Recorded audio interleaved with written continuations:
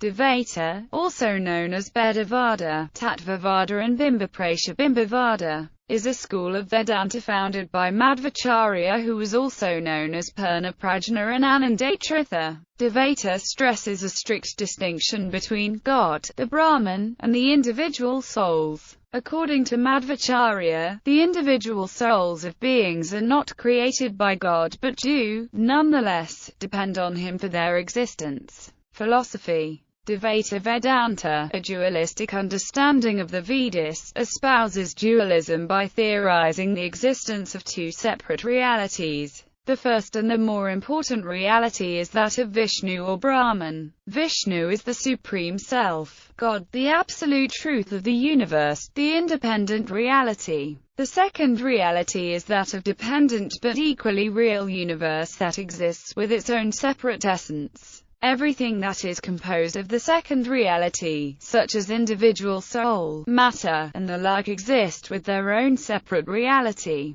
The distinguishing factor of this philosophy, as opposed to Advaita Vedanta, a monistic understanding of the Vedas, is that God takes on a personal role and is seen as a real eternal entity that governs and controls the universe. Like Ramanuja, Madhvacharya also embraced Vaishnavism, which understands God as being personal and endowed with attributes. To Madhvacharya, the Vedantine Brahman was Vishnu. He stated, Brahmas abdaska Visnaviva, that Brahman can only refer to Vishnu. To him, Vishnu was not just any other deva, but rather the singularly all-important Supreme Being. Vishnu was the primary object of worship, while the demigods were regarded as subordinate to him. The demigods and other sentient beings were graded, with Vayu, the god of life, being the highest, and Vishnu being eternally above them. Dvaita Vedanta is not similar to Western dualism, which posits the existence of two independent realities or principles. Madhva's dualism acknowledges two principles, however, it holds one of them as being rigorously and eternally dependent on the other. Because the existence of individuals is grounded in the divine, they are depicted as reflections, images or even shadows of the divine, but never in any way identical with the divine. Moksha therefore is described as the realization that all finite reality is essentially dependent on the Supreme. 5 fundamental, eternal and real differences are described in this system, between the individual soul and God,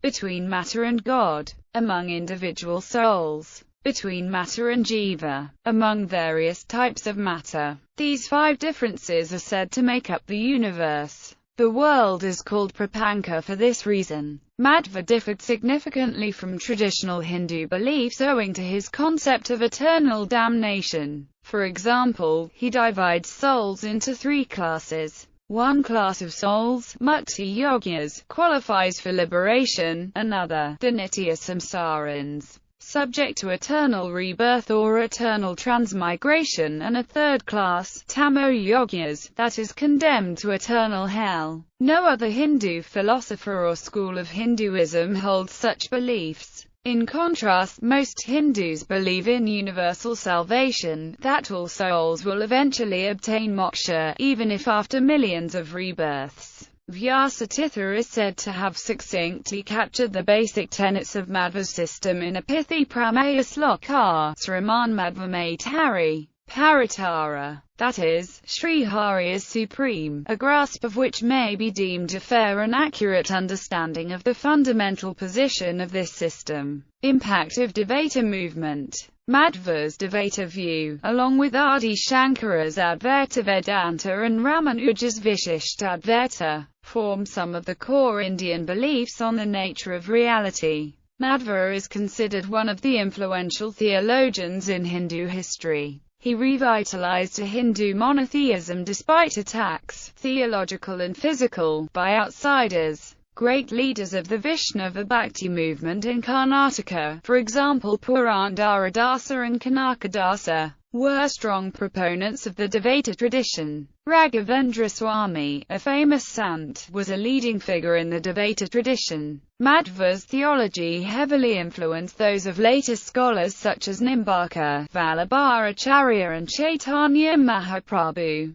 BNK. Sharma notes that Nimbarkar's theology is a loose réchauffé of Madhva's in its most essential aspects. Vallabhari even borrowed without acknowledgement a verse from Madhva's Sarvashastra Artha Sangraha. The followers of Chaitanya Mahaprabhu claim a link to Madhva. Madhva's singular contribution was to offer a new insight and analysis of the classical Vedantic texts and place uncompromising Dvaita thought, which had been ravaged by attacks from Advaita, on a firm footing. Before Madhva, non-dualism was rejected by others, such as the Mimamsa tradition of Vedic exegesis and by the Nyaya tradition of classical logic. However, it was only he who built a cogent, alternative system of Vedantic interpretation that could take on Advaita in full measure. Historically, Dvaita scholars have been involved in vigorous debates against other schools of thought, especially Advaita, whereas Advaita preaches that Atman and Brahman are one and the same, which is not evident to the Atman till it comes out of a so-called illusion. Madhvacharya puts forth that Brahman and the Atman are eternally different, with God always the superior.